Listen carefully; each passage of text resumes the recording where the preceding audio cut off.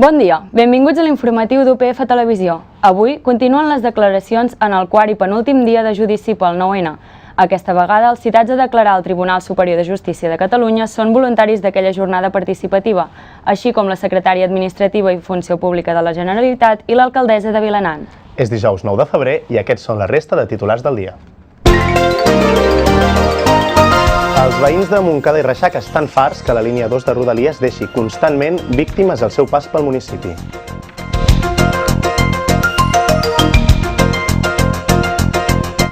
Un monstre ve a veure'm de Juan Antonio Bayona, premiada amb 8 estatuetes a l'última gala dels Premis Gaudí.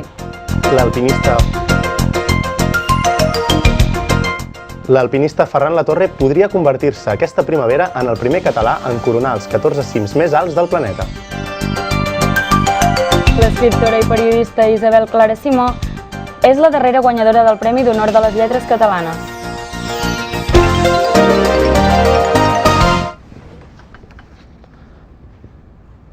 Quarta jornada de declaracions al TSJ pel cas 9-N, que ha assegut al banc dels acusats a l'expresident Artur Mas, l'exvicepresidenta Joana Ortega i l'exconsellera Irene Rigau. Aquest matí han desfilat pels jutjats com a testimonis diferents voluntaris, així com la secretària d'Administració i Funció Pública, Meritxell Masó, i el cap de premsa de Joana Ortega, Carles Fernández. 4 dies després de la gran concentració a les portes dels tribunals, hem sortit al carrer per conèixer quina és l'opinió de la gent. Sembla una vergonya, perquè és un procés absolutament democràtic i que es vulguis jutjar una cosa tan simple com preguntar l'opinió del poble en un estat suposadament democràtic em sembla una vergonya absoluta, a més. En un país democràtic es té que tindre dret a posar unes urnes. Per una altra part, sí que dic és que el senyor Artur Mas va de màrtir i no es pot consentir en un país com Catalunya que es demani a no sé quants voluntaris, o sigui funcionaris, que demanin festa la seva feina para anar a recolzar al señor Mas. Yo pienso que está bien hecho porque han cometido errores y que lo paguen, como todos los españoles, más ni menos. Jo, algú hi ha, quan els hi fan fer, per algú és. Ara jo m'agradaria que no robessin tant, però tots, tots. Hombre, porque se van a sentar ahí si no han hecho nada y les habían dado permiso, que el gobierno dijo el Rajoy que eso no servía para nada y no servía para nada, que no passava nada, que bueno, que bien. Home, jo crec que el millor hagués sigut que ho haguéssim pogut arreglar sense arribar a aquest extrem, que entre la gent parlant s'entenen. Després de conèixer l'opinió de la gent al carrer, hem parlat amb un fiscal per tenir la visió d'un expert sobre el tema. Martín Rodríguez era el fiscal superior de Justícia de Catalunya, però va ser destituït al febrer del 2013 per defensar la consulta. En l'actualitat, continua treballant a la Fiscalia Superior i ara explica com va començar el procés judicial contra Mas, Ortega y Rigau per la consulta del 9-N. La ley prevé que en los casos de especial complejidad las fiscalías se reúnan en junta y deliberen esos temas. Y es lo que se hizo en esta Fiscalía Superior. Nos reunimos todos los fiscales que la componemos, que entonces éramos 8 personas, y se estudió el tema. Finalmente, la totalidad de la Junta de los Fiscales de esta Fiscalía en la que ahora estamos votaran que no veían que los hechos fueran constitutivos de delito y, por tanto, que no se debía interponer la querella. Malgrat l'oposició de la Fiscalia Catalana, el fiscal general de l'Estat va considerar que hi havia motius per litigar i va ordenar que s'interposés la querella. La acusación final se centra en 2 delitos: desobediencia y prevaricación. Desobediencia dentro de los tipos penales de los varios casos se concreta en la desobediencia cometida por una autoridad contra una resolución judicial y por eso la pena es de multa e inhabilitación entre 6 meses y 2 años, y luego el delito, a la vez estos mismos hechos constituirían una prevaricación, que es dictar una resolución manifiestamente injusta, y aquí la pena es la que ya se dispara en cuanto a la inhabilitación y puede provocar que llegue hasta 8 años de inhabilitación. Aquests fets han provocat una gran mobilització i unes 40.000 persones han volgut donar suport als acusats manifestant-se davant del Tribunal Superior de Justícia. El hecho de que haya una manifestación en la calle, recordemos que no entra ya no solo en la sala, sino que no entra en el edificio judicial, se queda en las puertas, el passeig de Lluís Companys. Yo entiendo que desde luego el tribunal no se siente no se siente en modo alguno coaccionado, intimidado o violentado por esto. Otra cosa es que puede decir, estéticamente es bonito. Bueno, eso ya entra al final en el libre ámbito de decisión de las personas. Los problemas políticos no se solucionan a través de la justicia. Por tanto, yo creo que pase lo que pase con el juicio, porque teóricamente cabría una absolución, en ningún caso beneficiará a la convivencia entre los ciudadanos. Marxem ara al barri de Sant Antoni, al districte de l'Eixample, per saber l'última hora d'uns veïns farts d'esperar que s'acabi de remodelar l'antic mercat del turisme i de masses que omplen els carrers. Els barris de Barcelona estan patint canvis. L'últim que s'ha sumat a aquesta prolongada transformació és Sant Antoni, que amb la remodelació del mercat, el centre neuràlgic del barri, porta anys immers en un ambient de temporalitat que comença a cansar els veïns i treballadors. La Marta es va criar al mercat de Sant Antoni i sempre hi ha treballat. No obstant, denuncia que la situació en el mercat provisional és insostenible després de 8 anys traslladada a la carpa de la Ronda. És que de data del mercat, mira, jo tinc 2 fills i abans de quedar embarassada vaig dir, bueno, què faig? Tinc els nanos o m'espero? Perquè ara ens ve el traslado. El meu fill té 21 anys. Gràcies a Déu que el vaig tenir, perquè si no ja no estaria a temps. En José Dionisio també es queixa de la tardança de les reformes. Esto, pues tenía que estar acabado ya hace 3 años. Sí, hombre. Tot i que els treballadors del mercat dominical encara no saben on s'emplaçarà el que és el punt de venda de llibres més popular dels diumenges, sembla que la demora no els preocupa tant. Jo estic a l'expectativa, però tampoc em preocupa gaire, perquè a la meva parada tinc bastants bons llibres i molt bons clients i vagi on vagi sé que els meus clients em seguiran. Però les conseqüències d'aquesta remodelació van més enllà del mercat. Els preus de lloguer no paren de pujar a Sant Antoni i encara es preveu que pugin més quan el vell mercat estigui enllestit. Es que es muy desproporcionado lo que está pasando de gente, de amigos, de conocidos que están recibiendo pues burofaxes, subidas de alquiler, perdón. Ya está ocurriendo, no es que tenga miedo, es que ya está ocurriendo. Yo mismo pago un alquiler desproporcionado, com us comentava. Sant Antoni és molt ric perquè té gent amb molta diferència. Té gent amb un poder adquisitiu baix i gent amb un poder adquisitiu alt. No? En el moment que entren aquestes forces externes de lloguer i tot això, doncs el que estem fent és que molta gent, sobretot que tenem nosaltres, per exemple, se'ls doble el lloguer, de 300 a 600. A mí no me costaría nada marcharme. Lo que pasa es que estás habituada a este barrio, es un barrio, es barrio. Hay muchas tiendas, ahora se están también incorporando muchas tiendas, están abriendo. La Sole en rep a casa seva per explicar-nos la seva experiència amb uns llogaters que li fan mobbing per treure-la de casa. M'han dit que sí, que hi ha gent que li interessa el pis i que jo tinc que marxar. Tot i que no poden fer-ho. I no poden fer-ho, o sigui, vaig tindre que anar amb un abogat i tot i parlar, perquè vaig estar a l'alta amb una mica de depressió, perquè clar, era continu i com et veuen gran, doncs s'aprofiten. O sigui que de moment estic aquí i no penso anar-me'n.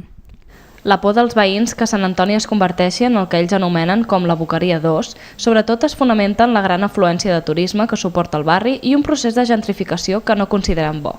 Ruido, que es lo que más arma, ruido, chillido, mejor a las 2 de la mañana oyes golpes y cosas, no golpes de personas, sino golpes de ruido de muebles, pero sí, se está patint molt el que haya tantos pisos turísticos. Home, la modernització sempre està bé, sembla que vagi amb una mida paulatinament i que aquesta modernització no faci fora la gent del barri, que se'ls està passant, estan pujant. Sant Antoni és un barri que està molt a l'alça, és un barri molt hipster últimament i els preus estan pujant molt, amb la qual la gent del barri es té que anar marxant i això no és el que ens agrada.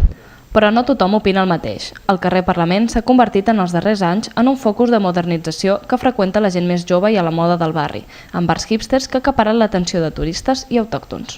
Totalment, és un barri per gent jove ara. El tipus brunch y estas cosas es portan para la gente jove. O queremos que sea Barcelona un polo de atracción o no queremos que sea un polo de atracción. Si no queremos que sea un polo de atracción, pues nada, no movemos nada, nos convertimos en Roma y somos ciudades turísticas como Roma, el centro histórico de Roma, que no tocan nada y la gente va y viene, pero si la gente viene, pasa por aquí y quiere vivir una temporada, es lo normal, ¿no? De moment, el mercat es preveu acabat a mitjans del 2018, però per als veïns el que cal esperar és la tornada dels vells temps, quan Sant Antoni era un barri d'orgull obrer. Aquest matí s'han donat a conèixer les xifres d'accidentalitat a Barcelona durant l'any 2016.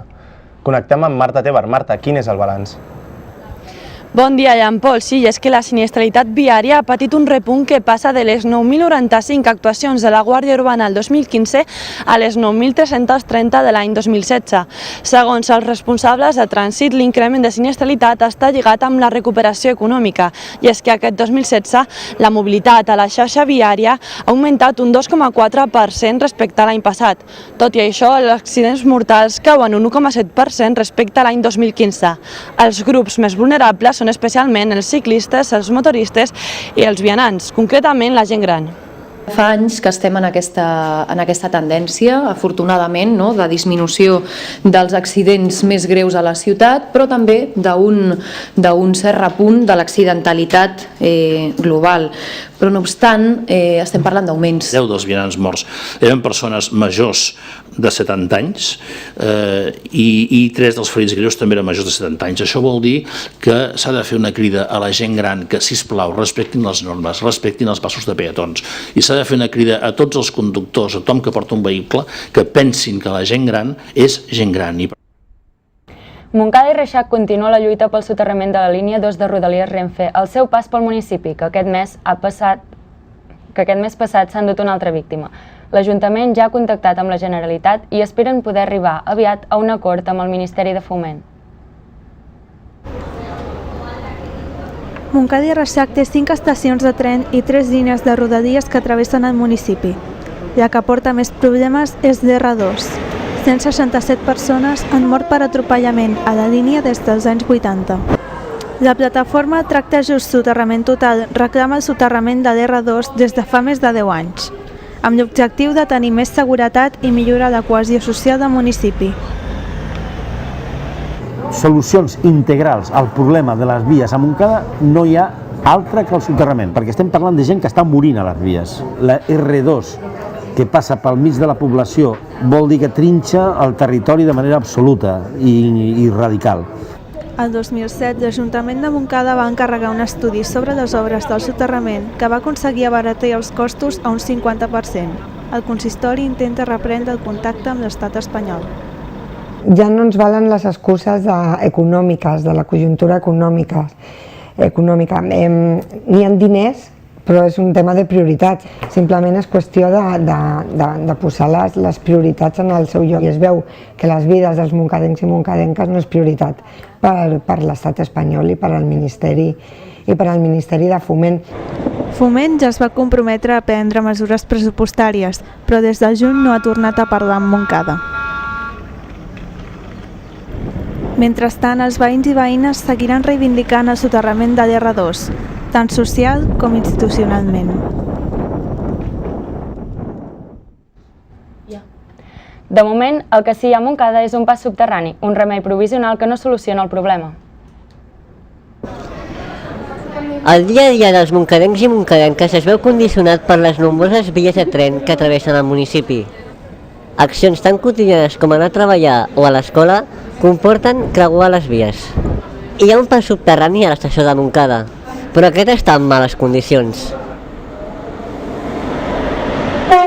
No té l'amplada suficient. No té accessibilitat per persones amb problemes de mobilitat. Si va una persona amb crosses o amb cadira de rodes, no podrà passar. Per tant, és un pas que és mentida. Tenim 5 estacions de tren, de les quals només una està adaptada amb ascensors per gent que tingui mobilitat reduïda. La resta estan en precari i a més bastant indigna. Davant d'aquest problema, molts usuaris prefereixen anar pel pas a nivell. Alguns d'ells encara la travessen amb les barreres baixades. A pocs metres d'un dels passos a nivell de la població i de la principal estació del municipi es troba el monument commemoratiu a les víctimes, composat per 166 forats, representant a cada una de les persones que han mort atropellades pel tren. Cada mes de març, la població recorda, mitjançant una cerimònia commemorativa, les persones que han mort atropellades pel tren cada any. Esperem que no n'hagin de fer gaires més. Víctor Sánchez, UPF TV, Montcada i Reixac. I a Barcelona el govern d'Ada Colau posa el focus a lluitar contra la islamofòbia a la capital. L'Ajuntament de Barcelona presenta un pla contra la islamofòbia que se centra en la prevenció i la sensibilització.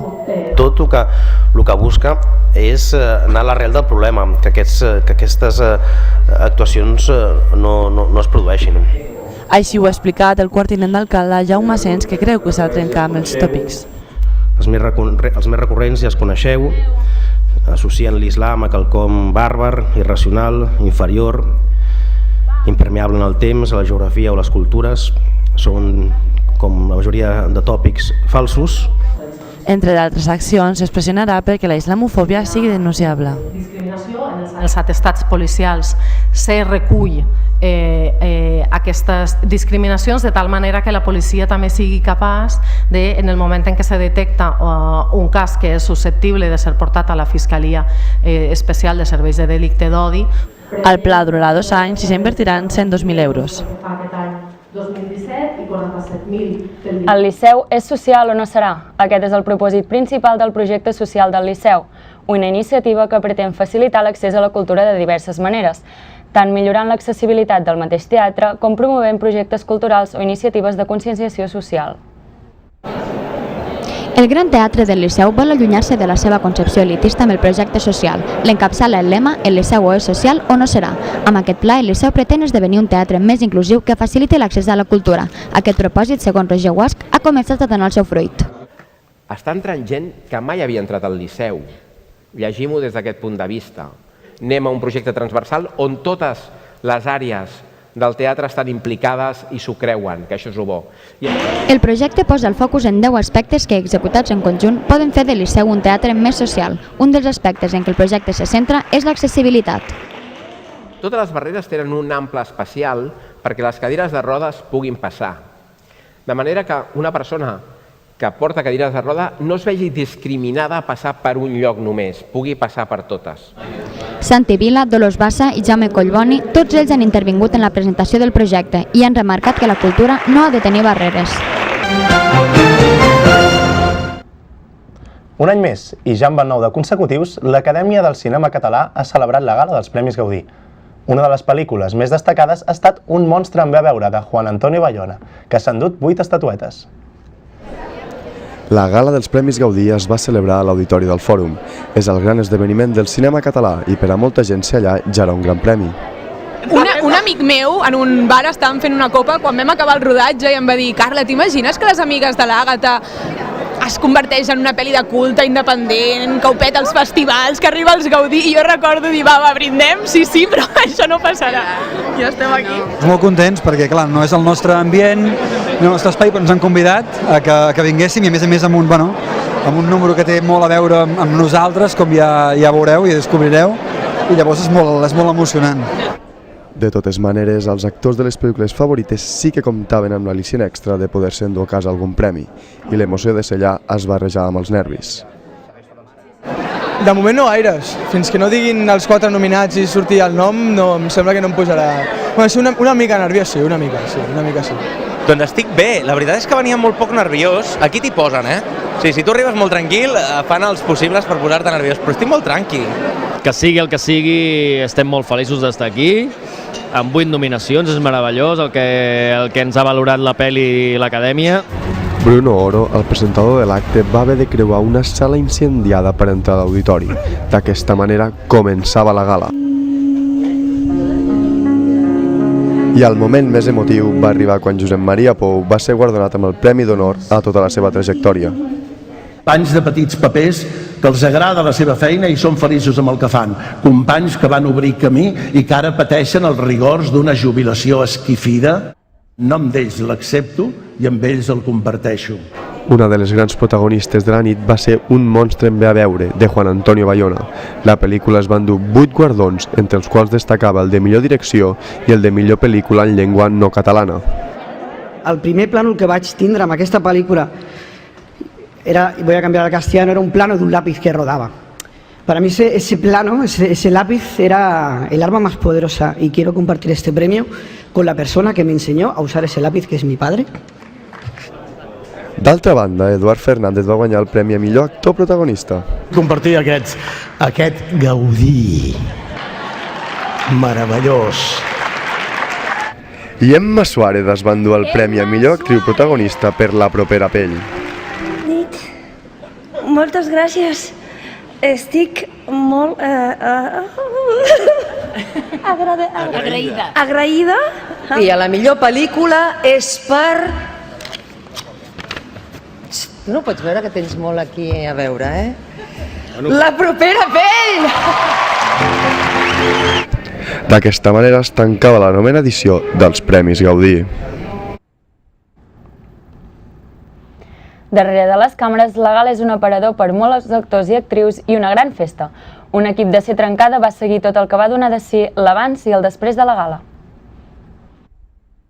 Tots fem una mica de peripé aquí, forma part de la nostra feina i llavors és una manera d'intercanviar opinions, que la gent et vegi i és una manera de treballar, llavors sempre hi ha un punt d'actuació que no ho pots evitar. Aquí tindria un problema molt greu i és que molta de la gent que hi ha per aquí estan molt acostumats a posar-se davant d'una càmera i els que estem acostumats a posar-nos davant d'una càmera, quan hi ha una càmera ja fem així.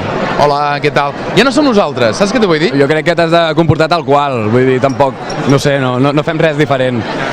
En general, crec, saludar molt a la gent que coneixem i res, tal qual. Doncs ara la gent, els actors, les actrius, els directors estan menjant canapés, bevent cava i birra i això fa que s'escalfin els motors per la gala, perquè sigui tot molt intens.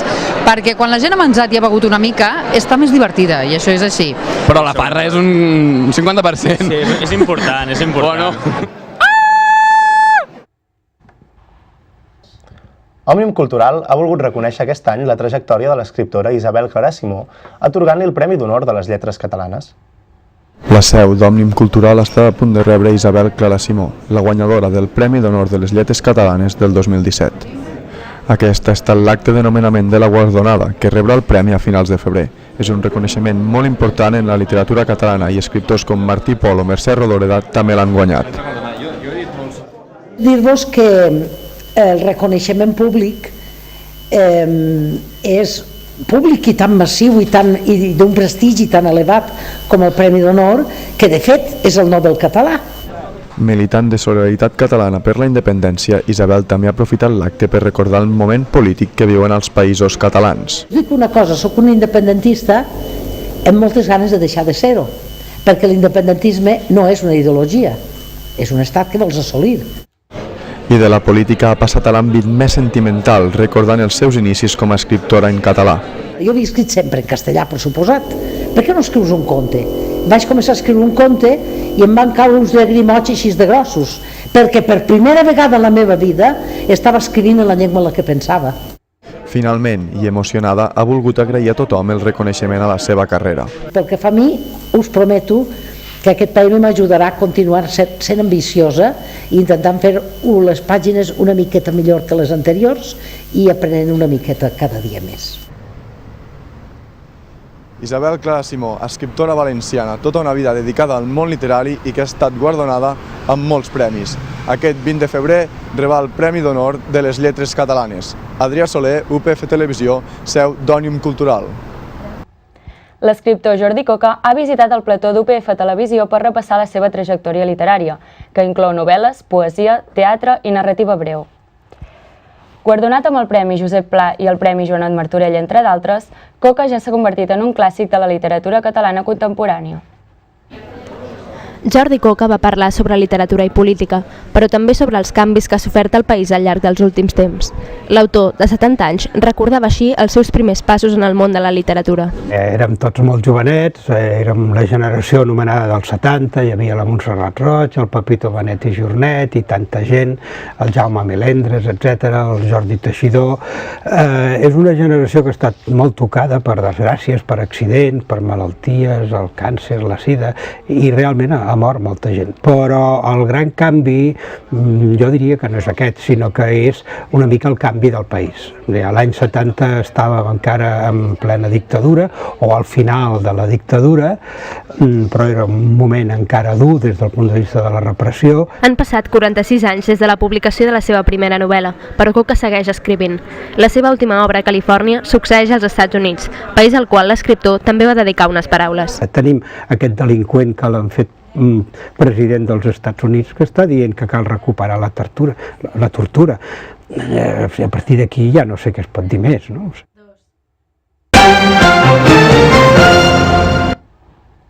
Fa un mes, el Banc de Sang i Teixits alertava per la baixada dràstica de les reserves de sang durant les vacances de Nadal. Tot i que les xifres ja comencen a estabilitzar-se, les donacions de sang no són les úniques que fan falta. Les de medul·la òssia són les més necessàries, però també les més escasses. Cada any, uns 500 malalts a leucèmia necessiten un trasplantament de medul·la òssia per a seguir vivint. Amb tot, només un de cada 4.000 donants és compatible amb un receptor. A Catalunya, el Banc de Sang i Teixits és la institució encarregada d'extreure de la medul·la òssia les cèl·lules mare. El procés de donació no és complicat, però requereix una extracció de sang o de DNA. A partir d'aquí, el donant pot rebre una trucada del registre en qualsevol moment. Quan et criden ja hi ha una persona que tu ets l'esperança. Vull dir, és molt pitjor, és millor fer-te donant conscientment que no en el moment que et criden doncs no pugui ser-ho. En el cas de Pablo Raez, per exemple, s'està fent molt bé perquè el Pablo, els missatges que envia i els que vosaltres recolliu com a professionals són de crida a la donació universal, és a dir, no per ell. No te cuesta nada. Nada. Así que, por favor, hazte donante. Pablo Raez és un jove andalús de 20 anys. En ser diagnosticat de leucèmia, va començar una campanya a les xarxes socials amb el repte d'aconseguir 1 milió de donants a Espanya. Només a Màlaga, la seva ciutat natal, les donacions han augmentat en un 1.000%. A Catalunya, la pionera i responsable del registre de donants és la Fundació Josep Carreras. La doctora Núria Marieges, coordinadora del registre, explica que hi ha 2 processos de donació. Un, el més habitual, és l'extracció de sang perifèrica, on uns separadors cel·lulars filtren la sang per obtenir les cèl·lules mare i després la retornen al donant. El segon dels processos és la punció lumbar, que sí que requereix anestèsia i ingrés hospitalari. Tot i així, no és una intervenció de risc per a la salut del donant. Qui decideix què demana és el metge, en funció del diagnòstic i de la situació del pacient, en fi, de diversos aspectes. Però qui decideix què vol donar és el donant. Com més jove sigui el donant, millor és la donació. Per això les autoritats remarquen la importància de fer-se donant abans dels 35 anys. Practicar esport és fonamental pel bon estat físic i mental de les persones, però els esports tradicionals no sempre acaben de convèncer. Això ja no és un problema. El món d'esport d'avui dia està en evolució i innovació constant. Ni l'spinning tradicional, ni el running, ni el body pump. La tendència de moda d'aquest 2017 a les sales de fitness i als gimnasos és el ioga. De fet, la seva influència arriba fins i tot a les universitats, com per exemple la Universitat Pompeu Fabra, on es realitzen cursos específics per a aquesta disciplina. De fet, just al meu costat està tenint lloc ara mateix una classe de ioga. Ens hi acompanyeu?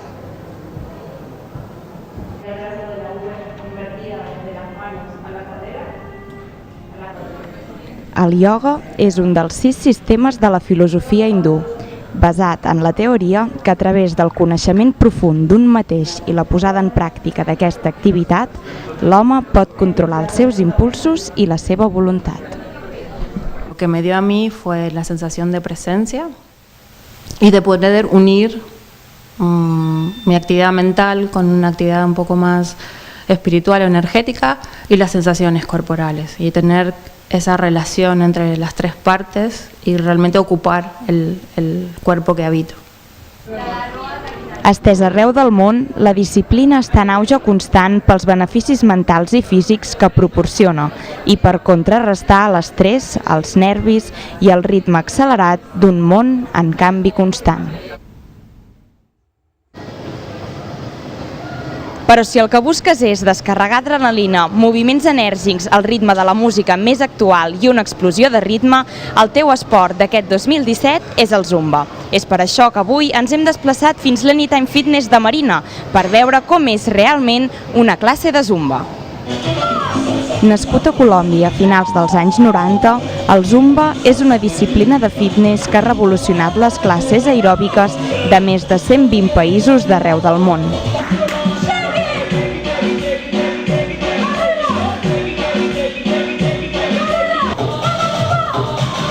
Aquesta tendència esportiva combina els exercicis aeròbics amb ritmes llatins, com la salsa, el merengue o el bachata, i s'ha convertit en la sortida professional de molts joves d'origen llatinoamericà. Pues mira, los beneficios del Zumba son muchísimos, porque aparte de que estás haciendo un ejercicio cardiovascular, ¿vale? Estás trabajando todo el cuerpo, desconectas. Es una manera, el Zumba es crear un ambiente en la sala, un ambiente de fiesta, un ambiente... Mucha gente cuando realiza deporte se aburre porque es rutinario, quizá las repeticiones, ¿sí? Quizá un poquito la intensidad, ya se va cansando, van contando en la mente. Sin embargo, en el Zumba te dejas llevar por la música y esos ejercicios están diseñados estratégicamente para trabajar, hacer un ejercicio global. El perill de les dietes express continua estant en el punt de mira. L'objectiu és perdre pes en el menor temps possible, però de vegades això comporta riscos per la salut. L'última tendència són els sucs detox, uns productes per a depurar el cos. Entre 1 i 5 dies, més energia, més salut i menys toxines. Ens endinsem a una botiga detox, el nou pla dietètic que pretén eliminar les toxines des de l'organisme. En lo proceso estás siempre comiendo fruta y verduras en forma de líquido. También puede comer fruta y verduras que sea de verdad, pero nada más, cafeína y nada más, nada que sea procesado. Mucha gente piensa que el proceso detox es para perder grasa o es un proceso para quedar más, no sé, para cambiar el cuerpo. Y la idea de detox era para empezar a cambiar tu salud. Des de la vessant mèdica, les crítiques cap al pla detox són severes. A veure, el problema és que pots tenir baixades de sucre, pots tenir baixades de pressió arterial, i després també, tal com estem dient, al ser un aport molt ajustat d'energia, això pots notar fatiga de seguida perquè no tens prou energia com per fer la teva activitat diària. I al final és treure diners, fer negoci d'algo que a la gent li interessa, no? A més, els nutricionistes afirmen que els òrgans per si sols ja fan la funció de desintoxicació. Seguint amb l'actualitat, des de fa uns anys ser cuiner està de moda. Els programes televisius de cuina han avivat aquest boom gastronòmic. Hem parlat sobre la qüestió amb el xef gourmet Miquel Antoja, que compta amb una gran projecció ja que ha treballat amb cuiners reconeguts com Carme Ruscalleda. Al final ara està de moda ser cuiner, la cuina és molt maca i tothom vol ser... El sector televisiu continua apostant per programes de cuina que entretenen i alhora culturitzen els espectadors mostrant diferents tècniques culinàries, però el que no s'emet habitualment en aquests programes és l'altra cara de ser cuiner. El xef badaloní Miquel Antoja va estudiar hostaleria a Sant Pol de Mar i va haver de treballar molt dur per arribar on és ara. Allà tu pagaves un dineral per aprendre i a part de pagar aquest dineral treballaves fi d'any, cap de setmana, diumenge et quedaves a dormir allà, treballaves tot l'estiu i estaves pagant per aprendre. Les llargues jornades laborals i la intensitat del treball estan presents en el seu dia a dia. Els cuiners han de formar-se i millorar contínuament. I que emocioni, no? Estic tallant una ceba i estic pensant com anar més ràpid per tallar aquesta ceba, que tinc una olla allà i vull fer 3 elaboracions a la vegada, no faig el que em diuen i ja està bé, no? Sempre el voler millorar, no? La motivació aquesta. Entro abans al treball i presento una proposta al meu jefe d'un plat nou o de modificar un que ja hi és perquè potser li agrada més i li surt més barat per l'empresa i el client queda més content, no? Sempre el buscar... Miquel Antoja assegura que la cuina està en plena evolució i que els restaurants cada vegada tenen més nivell. Actualment, la gastronomia està de moda, però potser d'aquí uns anys deixarà d'estar-ho. El que està clar, però, és que els ingredients principals per ser xef són el sacrifici, la constància i l'esforç. Un cotxe, perquè d'un cotxe volen introduir... I pel que fa als esports, ja tenim rival pel Barça a la final de la Copa del Rei, no és així, Marta? Sí, Joan Pol. El seu rival serà l'Alavés. Els dos equips ja s'han trobat en 5 ocasions en les rondes de Copa i sempre s'ha imposat el Barça, però mai s'han trobat a la final. L'última vegada que van jugar va guanyar l'Alavés per 1-2. Recordem que ni Luis Suárez ni Sergi Roberto podran participar, ja que van veure una targeta vermella al partit de tornada de les semifinals. Aquest dissabte tindrem una primera presa de contacte a la jornada de Lliga. Ferran Latorre podria ser al maig el primer català en pujar a 14 cims del planeta que superen els 8.000 metres. L'alpinista barceloní ja ha pujat les altres 13 muntanyes d'aquesta categoria i només li queda l'Everest. Als estudis d'UPF Televisió va explicar que ho intentarà al maig. Amb només 13 anys, Ferran Latorre va descobrir la seva passió per la muntanya. La televisió espanyola que et porta a ser càmera en llocs inhòspits de tot el món, no? Sí, la veritat és que és una etapa de 14 anys de la meva vida fantàstica. Vaig fer el meu primer 3.000 a Punta Alta, Parc Nacional d'Aigües Tortes. Vam fer una estada amb l'escola d'una setmana al Pirineu, amb els meus companys de classe, amb els professors de geografia i de biologia. Des de llavors, tota una trajectòria com a alpinista i càmera del programa d'aventures Al filo de lo impossible l'ha col·locat a només un cim de pujar als 14 8.000 de la Terra, l'Everest, un pic que ja ha intentat diverses vegades. Ho he intentat un parell de cops per una ruta molt difícil, que era poc probable que sortís, i he viscut una mica de tot, no? Algun cop m'he trobat molt bé i m'he baixat a 8.700 metres d'alçada, és a dir, molt amunt, a 150 metres al cim només 2 cops, un cop perquè va fer mal temps i un altre perquè no em trobava bé. Tot i això, afirma que hi ha motius per haver deixat pel final el pic més alt de la Terra. Evidentment, perquè jo quan vaig començar aquest projecte... Soc conscient que és una mica... que és una aposta molt dura. Per ser l'últim 8.000 m'ho he posat difícil, no? Vull dir, també és veritat que vaig pensar que era una manera bonica d'acabar aquest projecte, perquè l'Everest sempre ha sigut el cim emblemàtic, el que d'alguna manera quan era petit somiava en pujar algun dia, els primers llibres de muntanya que vaig llegir els vaig llegir relacionats amb l'Everest, i per tant penso que era una manera molt maca de tancar aquest cercle. El mes de maig, Ferran Latorre viatjarà a l'Himàlaia per atacar l'Everest i intentar ser el primer català en observar el món des dels 14 punts més alts de l'univers. Parlem ara d'uns joves molt emprenedors. Es tracta d'uns estudiants d'enginyeria de la Universitat Politècnica de Catalunya que estan construint un cotxe elèctric per competir a escala mundial en l'anomenada Fórmula Student. Per a un grup de 40 estudiants de l'Escola d'Enginyeria Barcelona Est de la UPC, la vida universitària va més enllà de les aules.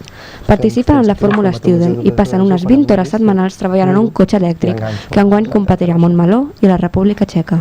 La Fórmula Student és una competició internacional que va néixer ja fa força anys, als anys 80, en el qual equips formats per estudiants d'enginyeria de diferents escoles d'arreu del món han de dissenyar i construir un monoplaça, ja sigui en categoria elèctrica com nosaltres o en categoria de combustió, com molts altres equips, per competir a proves que són tant estàtiques com proves dinàmiques.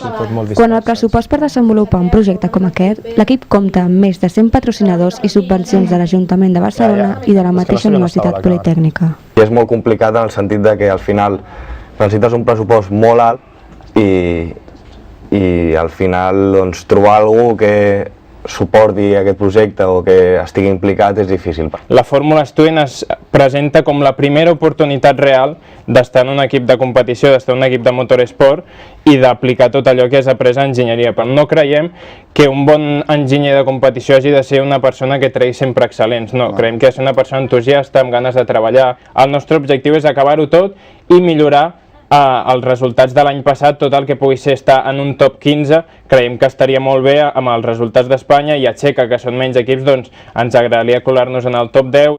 Sí, com sigui, diuen, el que més els importa és aprendre a la pràctica el que és l'enginyeria. És la nostra manera de donar-li sentit, com dèiem abans, als estudis, és la nostra passió i doncs no és una que ens costi esforç. I fins aquí l'informatiu migdia d'UPF Televisió. Gràcies per la vostra atenció i fins la propera.